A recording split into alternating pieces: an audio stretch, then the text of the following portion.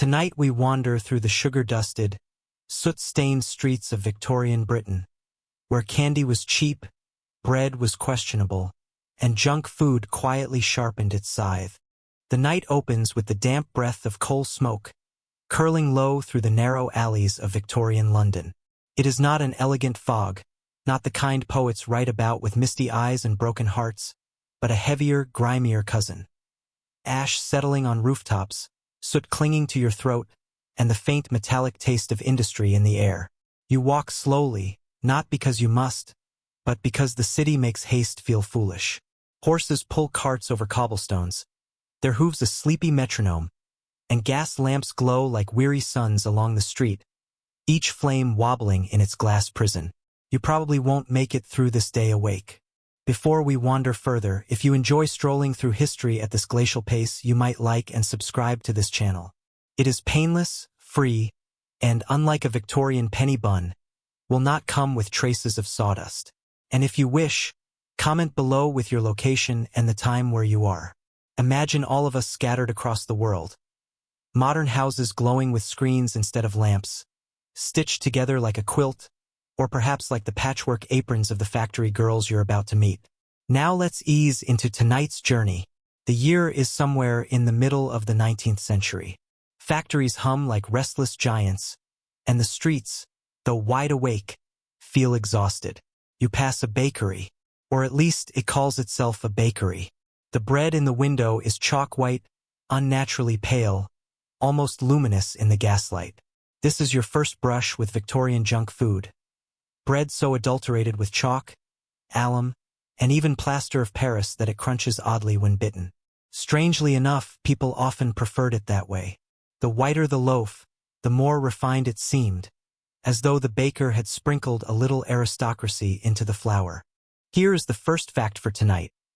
In 1855, British chemist Arthur Hill Hassall tested loaves across London and found more than 3/4 adulterated with chalk, alum, or worse. Chalk gave bread its ghostly pallor. Alum made it look smoother. Both, unfortunately, also made stomachs ache, bowels rebel, and children weak. A rat scurries across the gutter, pauses to stare at you, then darts into a drain. Even it seems to know that bread shouldn't be this white. And yet, people bought it eagerly. Hunger has no patience for purity tests. Bakers cut corners because flour was costly, and if you could stretch a sack of wheat with a handful of chalk, why wouldn't you? Customers, desperate to fill bellies, didn't complain, at least not until the cramps began. As you wander further, you see the sweet stalls, crowded even at night. Paper cones brimming with boiled sugar, dyed into sharp pinks and violent greens, glow like jewels in the lamplight.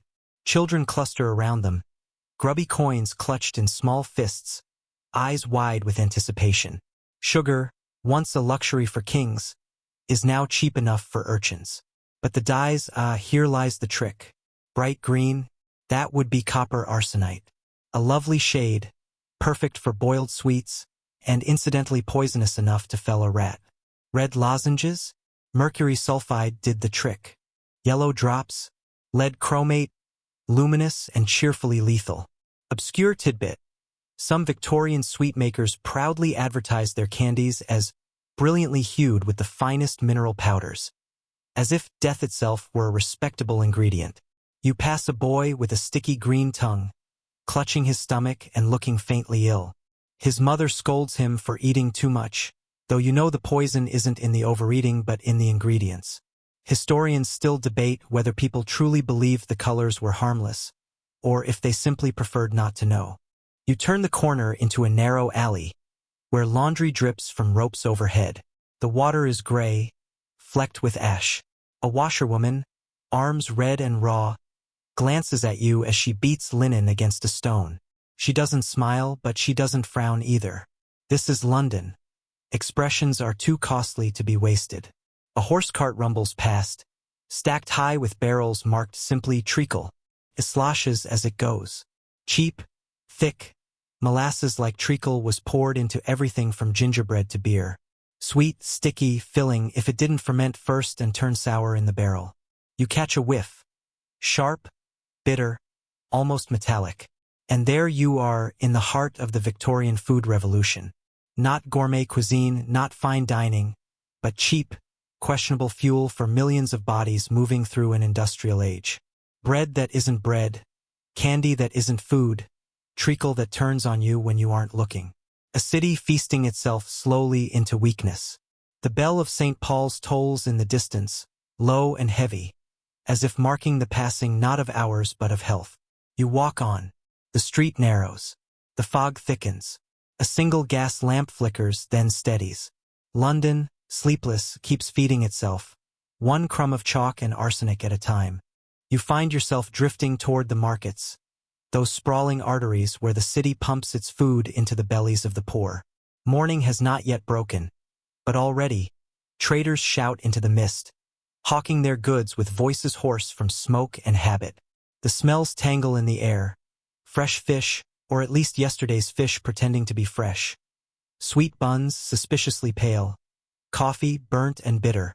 It is a sensory orchestra with too many instruments, each out of tune. A man holds up a sausage link like a trophy, calling out its virtues. You step closer, though part of you regrets it. Victorian sausages were legends in themselves. Minced meat, yes, but which meat? The polite answer is pork. The impolite answer, whatever the butcher could sweep off his floor at the end of the day. Sawdust stretched it further. Water fattened it. Sometimes red lead powder was sprinkled in to give the sausage a healthy blush. That, of course, was not healthy at all. A woman buys 2 links and hurries off. Her children trail behind her, mouths watering. The sausages will sizzle in a pan tonight, filling their one-room flat with warmth and grease. They will not ask what animal or what portion of animal provided the feast. Your stomach turns, but your heart softens. Hunger does not negotiate. Nearby, a man roasts chestnuts over coals, their shells cracking open like tiny sighs. You smile faintly. At least chestnuts are chestnuts. Nothing suspicious about those. Though, knowing the Victorian appetite for invention, you wouldn't be shocked to learn someone tried dyeing them green. Major fact for tonight. In 1875, a parliamentary committee investigated food adulteration and found alum in bread, red lead in cayenne pepper, and iron oxide in chocolate. Yes, chocolate. That warm, velvety cup you imagine by the fire may well have been thickened with brick dust. Nothing says cozy winter evening like sipping masonry. A cat slinks between stalls, eyes sharp, tail twitching. He pauses near the fishmonger, who shoos him away with a muttered curse. The fish stink already, silver scales dulled, eyes cloudy. Some are rubbed with a curious powder that makes them look fresher, glistening as if just pulled from the Thames. You know better. The Thames does not yield fish that clean. Obscure tidbit. Victorian vendors often sprinkled boracic acid on spoiled fish and meat to keep them looking fresh. It worked, up to the point when your stomach decided otherwise. You weave between shoppers, their baskets woven reeds, their pockets thin with coin. A young girl sells sugar drops from a tin tray. She grins, missing 2 teeth. You think of the chalk bread, the red sausages, the arsenic green sweets, and marvel that she has any teeth left at all. Above, a window creaks open. A woman leans out, pours a bucket of gray water onto the cobbles, and disappears again. It splashes dangerously close to your shoes. You glance down. Floating in the puddle is a lump of bread, white as bone, already dissolving. Historians still debate whether the poor were truly duped by adulterated food or simply resigned to it. After all, if everyone sells chalky bread becomes bread. If sausages taste of floor sweepings become sausage. A carriage rattles past, wheels splashing the puddles. Inside, a gentleman reads a newspaper by the flicker of a lantern. He has the look of someone who never questions what goes into his supper. The wealthy had their own problems, of course. Indigestion, gout, perhaps an untrustworthy cook. But rarely did their meals involve actual arsenic. The fog thins as you wander toward the river. The Thames lies ahead, wide and dark, a patient old vein carrying both life and waste through the city's heart. Its surface gleams faintly under the moon, reflecting lamps that sputter on the embankment. You pause, lean on the stone balustrade, and inhale a scent so pungent that you instantly regret it. Rotting fish, coal smoke, sewage, and something sweet-sour you cannot name. It is the perfume of an empire at its peak, and it will not let you forget it. You probably won't stay awake through this stroll, though the Thames is doing its best. Along the riverbank, vendors are already setting up for the day. One pushes a cart of oysters, cheap, abundant, a favorite snack of the working class. Strange, isn't it? In Victorian times, oysters were so plentiful they were sold by the bucketful, the equivalent of today's fast food fries. But here's the twist. They were also filthy. Harvested from waters that doubled as London's sewer, many were thick with bacteria before reaching the mouths of eager eaters. A bargain meal, yes. A safe one, not quite. Fact for tonight. By the 1860s, Londoners ate millions of oysters annually, but outbreaks of typhoid and cholera were often traced back to shellfish stalls along the Thames. What feels like a rustic delicacy today was, in truth, a gamble with microbes. A small boy slurps an oyster straight from the shell, wipes his mouth with a sleeve, and beams as though he has swallowed wealth itself. His father claps him on the shoulder, proud of the cheap meal. You think of the chalk in bread, the arsenic in sweets, and now the bacteria in oysters, and wonder if Victorians ever had a clean bite of food at all. Nearby, another cart sells ginger beer, fizzing gently in stoppered bottles. Refreshing, sweet, mildly alcoholic, and occasionally explosive.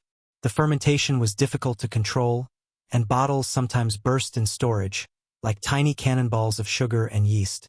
A drink could cost you your thirst and, if unlucky, a few toes.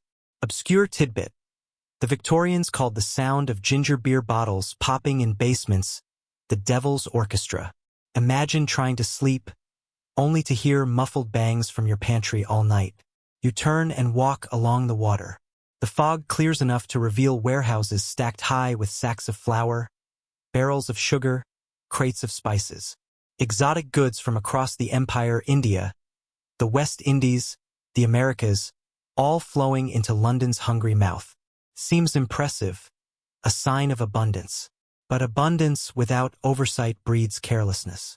What is cinnamon, really, if it's been bulked out with brick dust? What is tea, if the leaves have been stretched with dried elder leaves, or worse, iron filings for weight? Historians still debate whether adulteration was an act of malice or merely habit. Was the grocer truly trying to poison you? Or was he just trying to keep his books balanced while you kept your stomach full? You hear laughter. A group of dock workers sit on crates, sharing a jug of porter. The beer is thin, dark, and suspiciously sweet. Brewers sometimes added sugar, treacle, or even cocculus indicus, a poisonous berry used to give beer extra kick. The workers don't seem to mind. They drink, they laugh, they cough, and they carry on. The river glides beside you, steady, indifferent. A barge passes slowly, stacked with barrels of something unmarked. You watch it drift under the bridge and vanish into the mist. The Thames has carried poisons and food alike for centuries. Tonight, it carries the story of a city eating itself into sickness, bite by bite, and you, with heavy eyelids, drift with it. The sun finally edges up, pale and reluctant, as though it too would rather sleep in than shine on Victorian London. Dawn light filters weakly through the smoke, painting the streets in dull amber. You follow a street lined with small shops, shutters lifting, doors creaking open, signs swinging gently in the breeze. This is the realm of the small grocer. Shelves sag with jars, tins, and sacks. It looks respectable enough, neat rows of spices, biscuits, teas. But you have already learned not to trust appearances. The grocer smiles warmly, tips his cap, and measures out a scoop of coffee beans. Or so it seems. In truth, coffee was often adulterated with roasted chicory, acorns, or even ground peas. And sometimes, to darken it, bakers swept soot from the chimney and tossed it in. Coffee, indeed. Fact for tonight. In 1851, analysis of London coffee samples found that only 1 in 10 was pure. The rest were cut with substitutes, some harmless, some questionable, none labeled. You drift toward the biscuit tins, their lids clattering open and shut. Inside, hard, dry biscuits meant to last. But longevity was achieved not only by baking but sometimes by mixing in alum or chalk, the same trick used for bread. A child reaches for one, her fingers quick as sparrows. Her mother pulls her back gently, coins clinking in her pocket. Further down the street, you hear the cry of fresh milk, and turn to see a milkmaid with shining pails. The liquid sloshes invitingly, frothy and white. But you already know the secret. Victorian milk was rarely pure. Water stretched it, chalk brightened it, and when the cows themselves were sick, a common plague in urban dairies, the milk carried tuberculosis or typhoid straight to the breakfast table. Obscure tidbit. Some dairymen added calf brains to milk to give it a creamier texture. Imagine pouring that into your morning tea without knowing. A dog barks at your feet. You step aside, nearly tripping over a basket of carrots. They gleam in shades of orange so vivid it feels suspicious. And it should. Vegetables, too, were sometimes freshened up with copper salts to restore their color. The healthier they looked, the worse they might be for you. Historians still debate how much the average housewife knew when she shopped. Did she suspect the milk was watered, the biscuits dusty with alum, the carrots tinted with chemicals? Or was ignorance easier than the burden of knowing? You wander past the grocers, deeper into the waking city. Chimneys cough smoke into the air, bells toll the start of the workday, and children shuffle with school slates under their arms. The city looks alive, bustling, purposeful. And yet, under every loaf, every sweet, every drop of milk, there is a quiet betrayal. Remember the treacle cart from earlier? You see another now, wheels creaking, syrup leaking in sticky trails behind it. A child dips a finger in the track and licks it, grinning. Sweetness is sweetness, no matter the risk. The lamplighter, now off duty, carries his ladder past you. He yawns, stretches, and disappears into the fog. Life goes on, and so does dinner. Your steps slow. The day grows louder. And still, the city keeps feeding itself, one adulterated morsel at a time. You find yourself on a narrow lane where the morning market hums like a restless beehive. The air carries the scent of coal smoke and frying fat, undercut by a sharper tang. Pickled vegetables in open barrels, brine spilling onto the cobbles. A woman leans over, scooping cucumbers into a tin pail, while her child tugs impatiently at her skirts. The market is alive, but not exactly fresh. You notice barrels of anchovies glistening with salt, their eyes cloudy with age. Stacks of cheese stand nearby, rinds cracked, some painted with red, lead to mimic the healthy glow of fresh Edam. And fruit, oh the fruit. Apples polished with wax, grapes tinted with dyes, oranges suspiciously perfect in color yet hollow inside. Tonight's fact: in 1820, chemist Frederick Acum published a treatise on adulterations of food and culinary poisons, warning about the dangerous tricks of grocers and market sellers.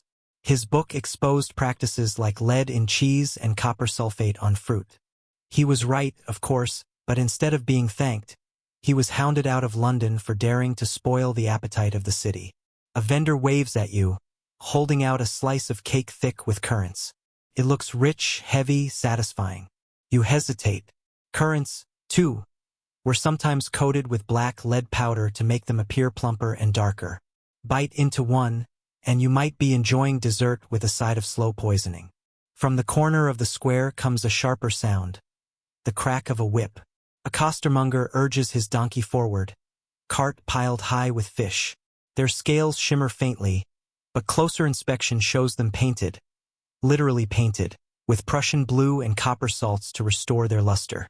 The fish are as dead as yesterday, but the illusion of freshness is what sells.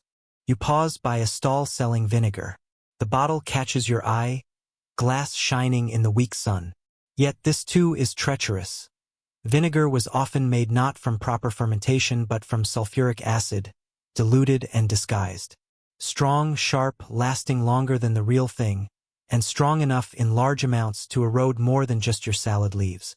Obscure tidbit: Victorian sweetmakers sometimes colored their candies with Sheely's green, a pigment made from arsenic. It gave sweets a delightful emerald glow. It also gave children stomach cramps, convulsions, and sometimes death. A charming detail you'd rather forget. But here it is anyway. Historians still debate whether these adulterations were driven more by greed or desperation. Were sellers willfully deceiving, or simply trying to stretch goods in a city where demand outpaced supply? The line between fraud and survival blurs when hunger is the daily backdrop. You walk on, the sound of bartering trailing behind. Coins clink, voices rise and fall, and somewhere a baby wails. Life presses forward, resilient. Yet every basket, every barrel, every bite seems touched by trickery. The fog begins to thicken again, wrapping the market in a muffled hush. You drift out of the square, past the smell of brine and vinegar, leaving behind 100 tiny dangers in jars, sacks, and tins. Your path takes you into a quieter street now, lined with small bakeries. The air is warmer here, thick with the comforting smell of fresh bread. You stop, inhale deeply, and for a moment it feels safe, wholesome even. Then you remember what bread truly is in this city.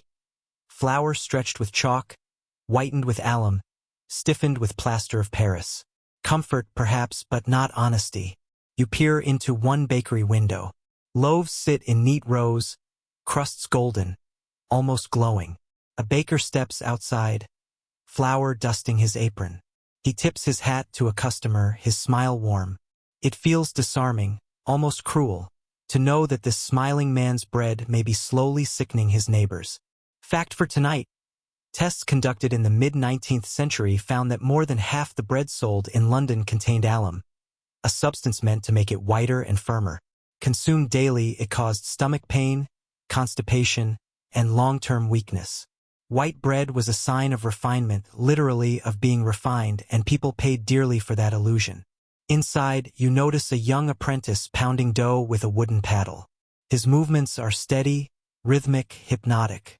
Flour drifts in the air like smoke, settling on every surface. You think of lungs filled with this dust, day after day, and wonder how long bakers endured before their bodies gave out. Across the street, another bakery advertises meat pies. The scent is rich, savory, enticing. Yet pies were notorious traps. Mystery meat stretched with sawdust, fat scraped from tallow, or scraps swept from the floor.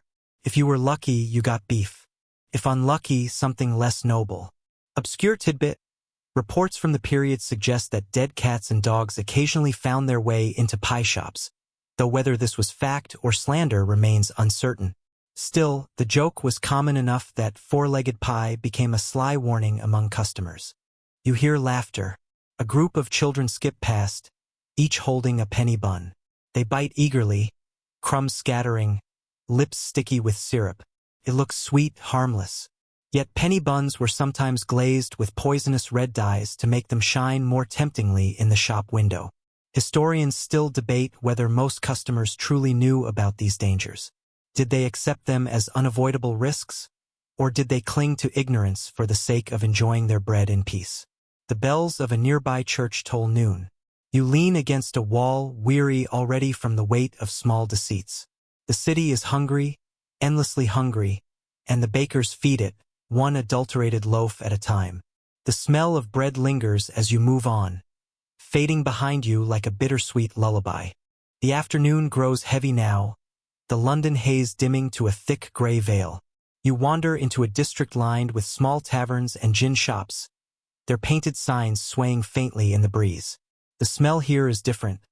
Less of bread and flour, more of stale hops, sour ale, and something sharp that prickles your nose like varnish. You step into one of the taverns. Inside, it's dim, smoky, and comfortably loud. Men gather around wooden tables, tankards raised. A fiddler scrapes out a tune in the corner, his bow frayed like a horse's tail. You take a seat, more for the warmth than the drink. Your tankard arrives quickly, frothing and amber in the candlelight. It looks cheerful, almost trustworthy. Yet beer and ale were among the most meddled with drinks in the city.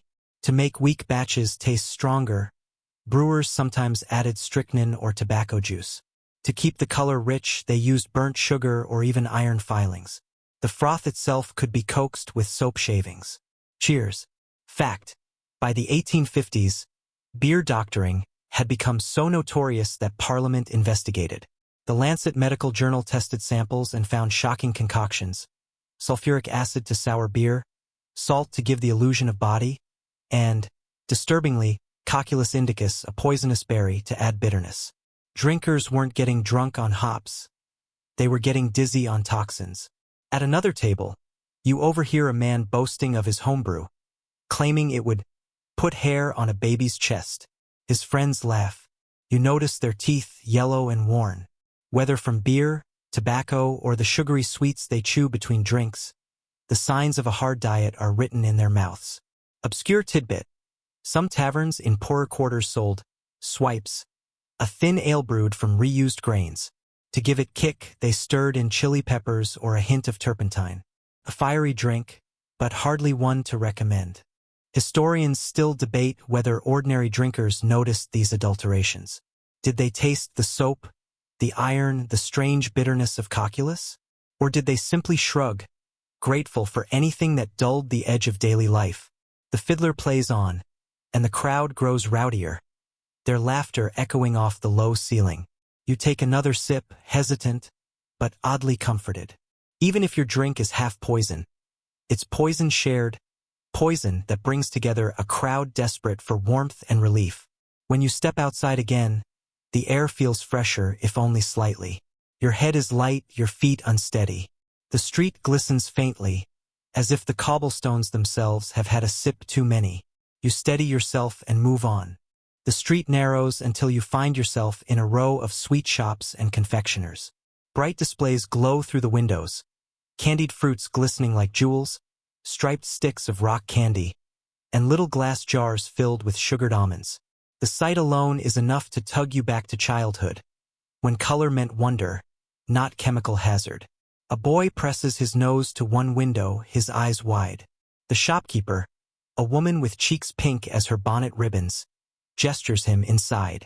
You follow, lured by the scent of boiled sugar and lemon. The shelves are lined with marvels. Bonbons dusted with sugar glitter in the lamplight, each piece a promise of sweetness. Yet beneath the promise lies the truth.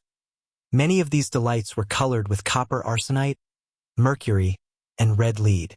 A single emerald green lozenge might hold enough poison to sicken a child. Fact: in 1851, an incident in Bradford shocked the nation.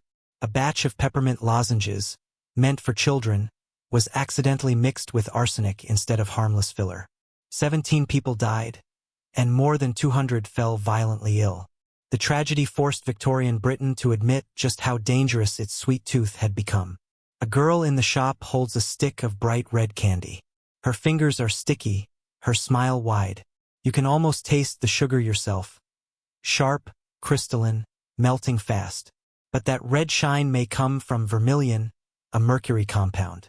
Sweetness with a metallic afterlife. Obscure tidbit: some confectioners used ground-up insects, like cochineal beetles, to create a rich crimson dye. This one, at least, was harmless, though if you told the children what they were eating, they might have thought twice. You pick up a jar labeled lemon drops. The label itself is crooked, ink bleeding from cheap paper. Lemon, perhaps, but citric acid was often replaced with sulfuric acid for its strong, lasting tang. A sour taste that lingers longer than the real fruit ever could. Historians still debate whether confectioners truly understood the risks of their pigments and acids, or if they trusted the alchemy of color without grasping its cost. After all, bright sweets sold best, and profit has a way of dulling conscience. You step back into the street. Children race past you, clutching paper bags, their laughter trailing like bells. You can almost hear the crinkle of sugar crystals between their teeth. Sweetness, for them, is joy. For you, with hindsight, it's an uneasy charm, sugar dust mixed with shadows. The fog rolls in thicker now, muting the brightness of the sweet shops. You move slowly forward, the memory of color fading behind, leaving only the bitter aftertaste of truth. You follow the cobbled lane until it widens into a bustling market square. Stalls crowd the space, each with a canvas roof dripping with condensation.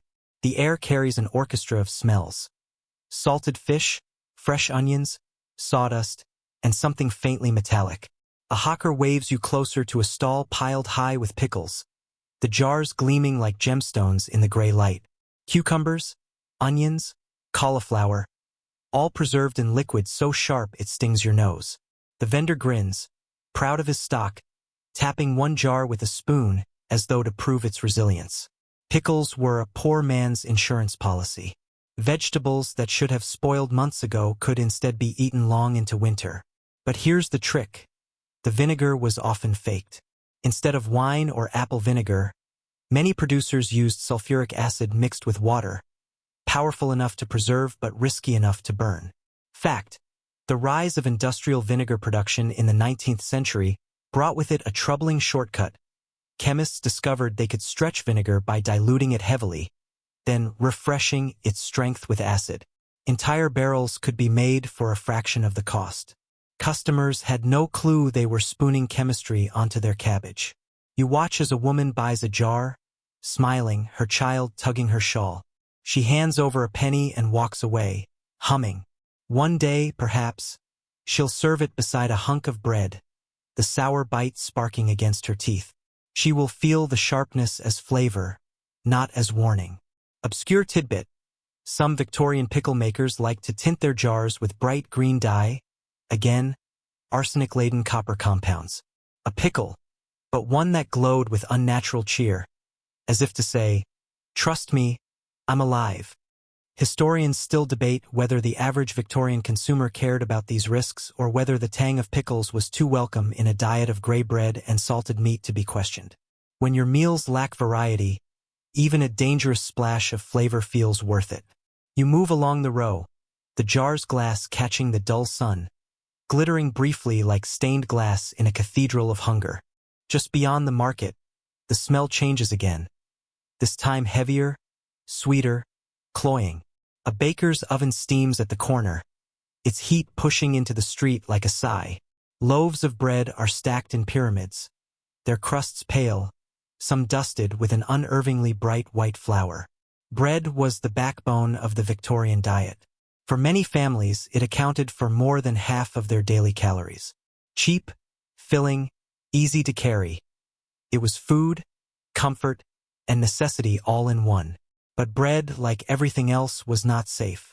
To make flour stretch farther, millers mixed in chalk, alum, or ground bones. These whitened the loaf and gave it a soft texture, the kind you could sink your teeth into without knowing you were chewing plaster. Fact: alum, an astringent compound, was widely used in flour to make it appear finer and whiter. In small doses, it tightened the mouth and left bread strangely dry, but in larger amounts it irritated the stomach and sapped nutrition. One government report noted that poorer families, surviving almost entirely on doctored bread, were slowly starving even as they filled their bellies. You stand in the bakery doorway, inhaling deeply. The smell is divine, warm, comforting, full of promise. You could almost forget that this very scent once cloaked a quiet national crisis. A boy bites into a loaf beside you, crumbs clinging to his chin. He chews hungrily, eyes shining. For him, the bread is a blessing. For you, knowing the truth, it is an uneasy miracle. Flour and hunger, stitched together with deception. Obscure tidbit: in some towns, bakers mixed alum so liberally that the loaves actually squeaked when sliced, the knife grating faintly against the mineral powder. Imagine your supper sounding like a mouse. Historians still debate whether the average baker knowingly participated in the deception or simply followed tradition, inheriting recipes without questioning their contents. Was it ignorance or quiet complicity? The baker wipes his hands on his apron and greets you with a nod. His face is lined, his eyes tired. You realize he is not a villain but a man working within a broken system. The bread in his hands is survival, for him and for those who buy it. You take one loaf and hold it. It is warm, heavier than you expect. You imagine carrying it home, tearing it open, sharing it with family by candlelight. It might not be pure, but in a world of scarcity, it is enough. The fog has thickened outside. You step into it, bread tucked under your arm, its warmth a brief comfort against the cold. Ahead, the city waits. Another street, another flavor, another small betrayal wrapped in sweetness. The fog curls thicker now, and with it comes a different kind of scent, sharper, almost metallic, yet sweet at the same time. You trace it to a row of open-fronted shops, where great barrels sit with spigots jutting like crooked noses. A chalkboard reads in rough scrawl, "Ginger beer, 1 da glass." You step closer.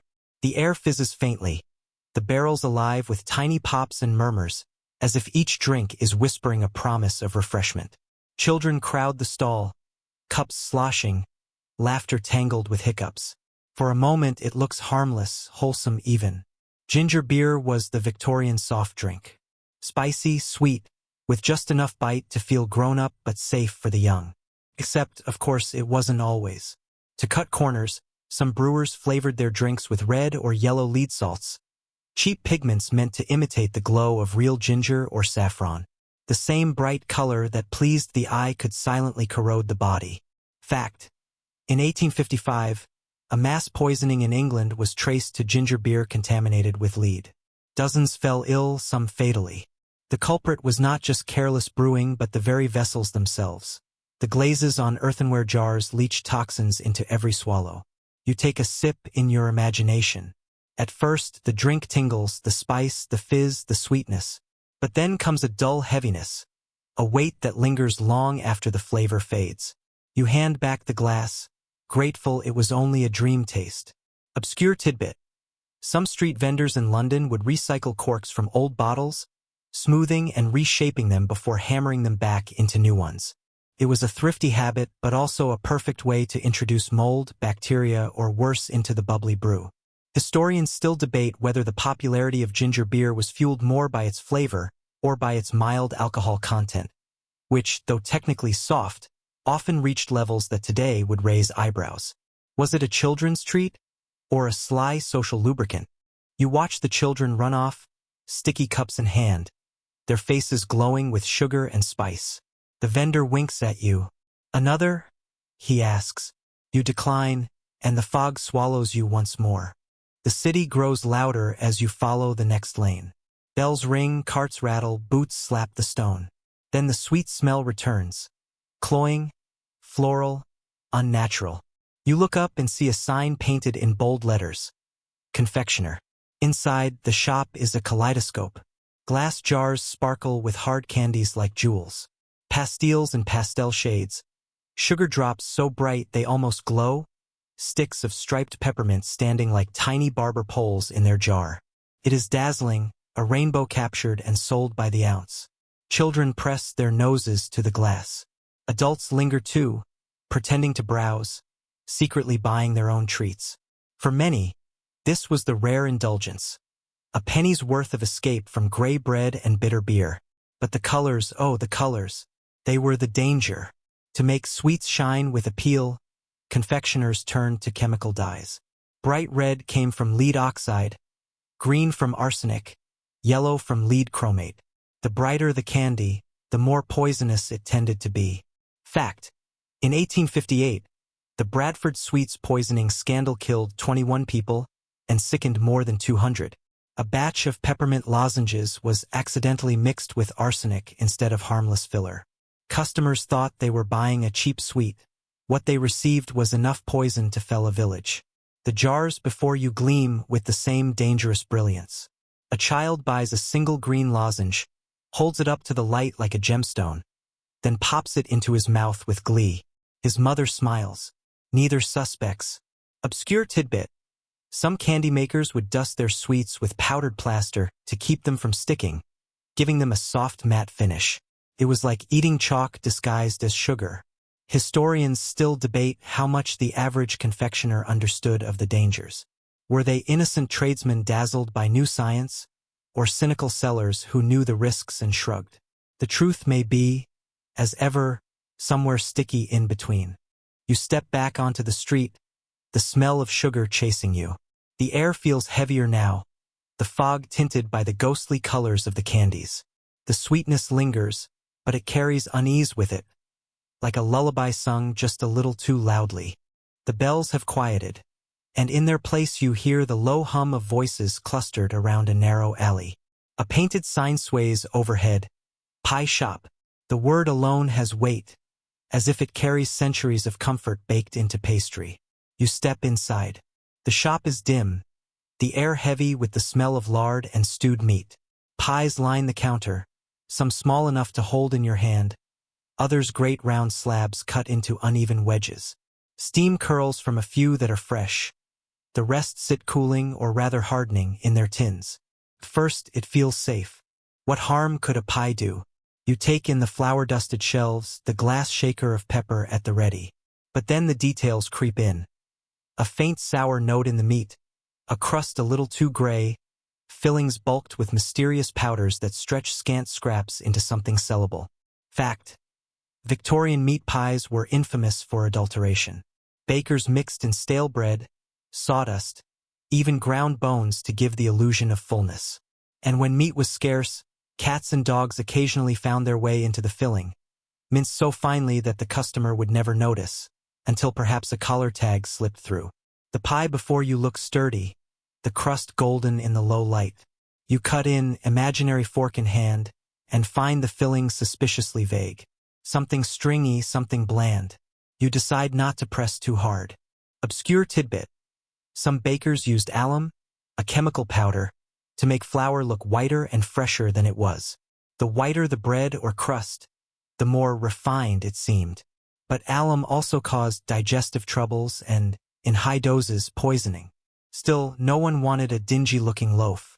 Historians still debate whether the average working-class Victorian genuinely preferred meat pies, or if they simply had no choice. Cheap, filling, and sold in every street corner shop, pies were less a treat than a survival mechanism. The pie man calls after you as you leave. "Best in London," he swears. You smile politely, stepping into the fog, your stomach grateful you did not test that boast. The fog thickens as evening drapes across the city. You catch a flicker of lamplight, and the faint scent of roasted nuts leads you toward another stall. Here a man works over a copper pan, stirring almonds and hazelnuts in hot sugar. They crackle, pop, release a sweet caramel smoke. The sight feels safer. Something about nuts, simple and sturdy, reassures you. But in Victorian London, even nuts could betray. Imported from across the seas, they often traveled in damp holds of ships, where mold set in. By the time they reached the stalls, many were coated in invisible toxins. The sugar merely masked the musty flavor.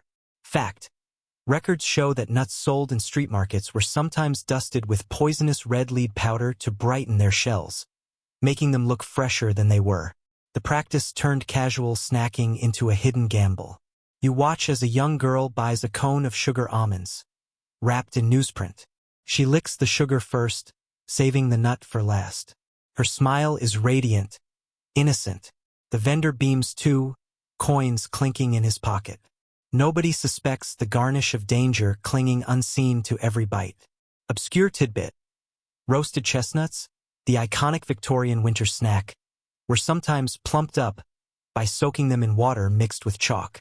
This kept them from shriveling, but left behind a chalky aftertaste, as though nature had accidentally taken up masonry. Historians still debate whether the dangers of such food were widely recognized by buyers, or whether hunger made the question irrelevant. Perhaps everyone knew, but chose to pretend ignorance for the sake of a penny's worth of sweetness. You stand beneath the lamplight, the sugar scent still clinging to your coat. The night grows quieter, the fog denser, and the streets take on the drowsy rhythm of a city that never truly rests but always hungers. You move on, the sound of crunching nuts fading behind you, as if swallowed by the night itself. The street narrows again, funneling you toward a low archway. Behind it, light spills from a bakery that has stayed open late. The warm smell of yeast wraps around you, and suddenly you are 10 years old again, though in another century, clutching a roll and tearing into it while it's still steaming. Comfort, right? Bread is always safe, or so you think. Inside, loaves line the shelves in neat, heavy rows, thick, solid, and oddly pale. The baker nods at you, wiping flour from his apron. You look closer. The whiteness of the bread feels unnatural, more ghostly than pure. Fact: Victorian bakers often mixed alum and chalk into their flour to achieve this dazzling whiteness. Consumers had grown convinced that white meant clean and refined. Unfortunately, alum wasn't so gentle. It caused digestive problems, cramps, and, over time, serious illness. Bread was no longer the staff of life. It was the slow betrayal of life itself. A woman buys a loaf, hugging it close like treasure. She smiles faintly, not noticing the odd smell that lingers in the crust. Her children, waiting outside, will tear at it before she's home. Obscure tidbit. To bulk out their bread, some bakers mixed in plaster of Paris. That's right, gypsum, the same material used for making casts and ceilings. Eating a slice of bread could double as chewing a wall, though far less fun than it sounds. Historians still debate whether people genuinely preferred the look of white bread, or whether bakers simply manipulated them into thinking they should. Darker bread, healthier, full of grain, was often fed to animals, while people clamored for the chalky imitation. You step back onto the street with flour clinging to your coat. Bread, the very heart of daily life, leaves you uneasy, as if each loaf hides a conspiracy of powders. The fog curls around you like a cat now, pressing low, quiet, and oddly cozy. You follow the sound of laughter to a tavern door half-hinged, swinging open and shut with each patron's stagger. Inside, mugs clink and foam spills over tankards. Beer, the old reliable friend. But this is Victorian beer, and reliability is not its strong suit. Fact. Brewers sometimes stretched their ingredients with dubious additives. Cocculus indicus, a toxic berry, was occasionally used to boost bitterness. Iron sulfate gave beer a richer color, and tobacco infusion provided a cheap kick. The result? Something that looked like beer, foamed like beer, but acted more like a mild poison. You sip from a tankard placed before you, and though it tastes vaguely familiar, the afterburn lingers, medicinal and unsettling. You set it down carefully. Obscure tidbit. A few brewers even experimented with adding strychnine, the same compound found in rat poison, to give their beer more bite. Imagine asking for a pint with a bit of extra crispness and receiving a sip of chemical warfare instead. Historians still debate whether these additives were truly widespread, or if they were sensationalized in period pamphlets designed to scare the public. Either way, the suspicion was enough to give every frothy head of ale a sinister shadow. Around you, the tavern grows noisier. Men laugh, women pour, dice tumble across the table. Everyone drinks deeply, the foamy mugs sloshing as though life is too short to question ingredients. Perhaps it was. Perhaps they knew and chose not to care. You step outside again, the tavern warmth left behind. The fog swallows the sound, leaving only the faint echo of mugs raised in careless cheer. The street feels lonelier, but also strangely safer, your stomach thankful for restraint. You turn down another narrow lane, drawn by the scent of sugar. A confectioner's shop glows softly, its window filled with pastel sweets stacked like little jewels. Candies in neat pyramids, striped sticks in tall jars, tiny paper bags waiting to be filled. It feels almost innocent, like a child's dream, but innocence has never been sugar's strong suit. Fact. Many Victorian sweets were colored with lead-based pigments to achieve their dazzling hues. Green sugar drops owed their charm to arsenic compounds. Red lozenges often owed theirs to mercuric sulfide. You could buy a treat for your child that sparkled like Christmas and poison them by Easter. A boy presses his nose against the glass, eyes wide at the rainbow display. His mother lets him choose a handful of boiled sweets. He clutches them like treasure, popping one straight into his mouth, crunching happily. His teeth click against candy laced with something that belongs in a chemist's drawer, not a pocket. Obscure tidbit. Some vendors even sold sugar mice, tiny confections shaped like mice, dyed with bright powders. Children adored them, nibbling the ears first. It's hard not to see the dark comedy. Small mice of sugar, quietly gnawing away at their little bodies in return. Historians still debate whether confectioners knowingly used these poisons or simply trusted cheap suppliers who assured them the colors were harmless. Either way, candy's cheerful sparkle came at a quiet, deadly cost. You leave the shop behind, the sugar smell lingering in the air like perfume. Sweetness, it seems, is only skin deep, and underneath the granules crunch with shadows. The fog drifts heavier now, settling like flour over the cobblestones. You walk past a butcher's shop, dim inside but unmistakable from the hanging cuts in the window. Meat, once considered safe, hearty, and sustaining. But here, too, the city found its shortcuts. Fact: some Victorian butchers treated spoiled meat with salt, red dye, or even sulfuric acid to make it appear fresh. A cut of beef that should have been tossed could be washed, tinted, and sold to the unsuspecting as just slaughtered. You picture someone at their kitchen table, slicing into a joint that looks fine but smells faintly wrong. They roast it anyway because waste is a luxury the poor can't afford. The family gathers, carving portions. The laughter of supper hides the quiet churning of stomachs later in the night. Obscure tidbit: sausages had an especially grim reputation. Dubbed mystery tubes, they could contain anything from offal to sawdust. One Victorian satirist joked that sausages might bark if you leave them long enough, a sly jab at the suspicion they sometimes included dog meat. Historians still debate how widespread such adulteration was, whether most butchers engaged in it, or whether pamphleteers exaggerated for shock. But the fear was real enough that customers developed rituals of sniffing and prodding meat, trying to read its secrets before buying. You step away from the butcher's window, a faint iron smell clinging to your coat.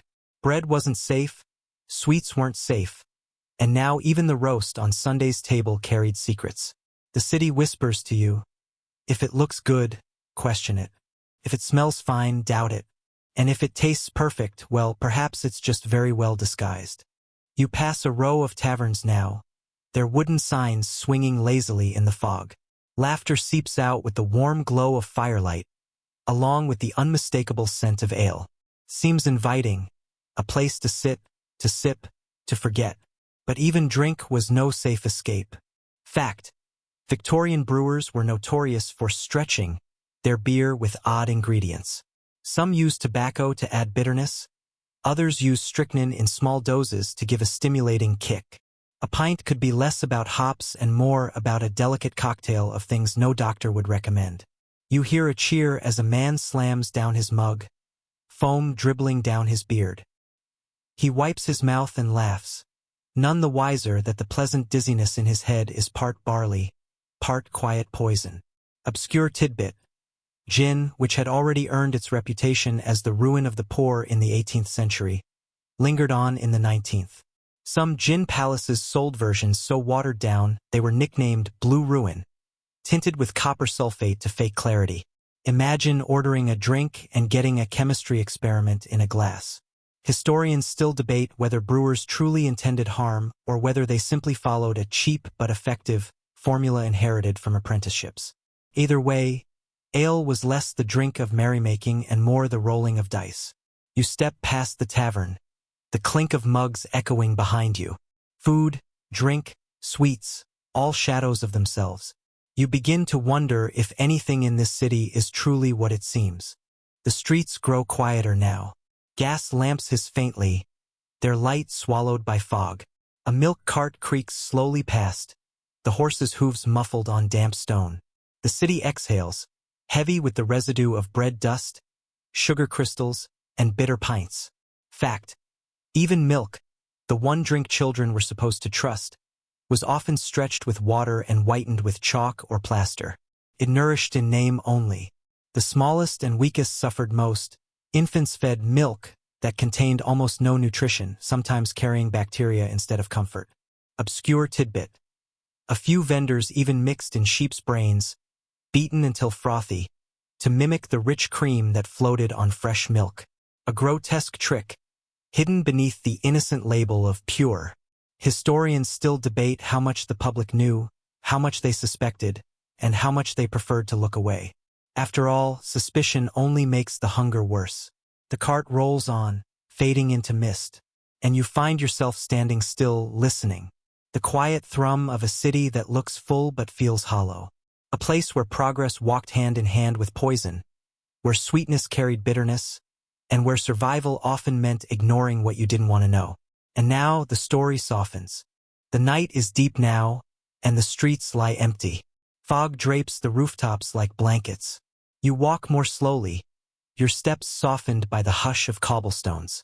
Lamps glow like small moons, their light drifting in circles that fade as you pass. You think of bread, chalky and pale, of candy that glittered too brightly, of milk that carried secrets, and of ale that blurred the line between medicine and madness. Each one a piece of the city's rhythm, each one a reminder that comfort is rarely as simple as it seems. But here, in the stillness, none of it presses on you. The air is cool, the fog gentle. Your mind floats above the busy stalls and noisy taverns, above the secrets and uncertainties. You let them drift away, the way sugar dissolves in warm water, vanishing grain by grain. The cat from earlier crosses your path again, padding silently, pausing just long enough to glance at you before slipping into a shadowed doorway. Even it seems tired, as though the day's illusions wore it thin. The city exhales one last sigh, and you exhale with it. Your shoulders soften, your breath slows, the stones beneath your feet feel softer, as though even the earth wants you to rest. If you listen closely, you might hear the faint hum of a lullaby, an echo of mothers soothing children in tenement rooms, of carts rolling down distant streets, of a world that never quite stops but always quiets at night. And so you drift, not with fear, but with the strange calm of knowing how much the world holds in its shadows, and how much sweeter sleep feels when the city finally grows silent. Now you can let the fog close in and rest,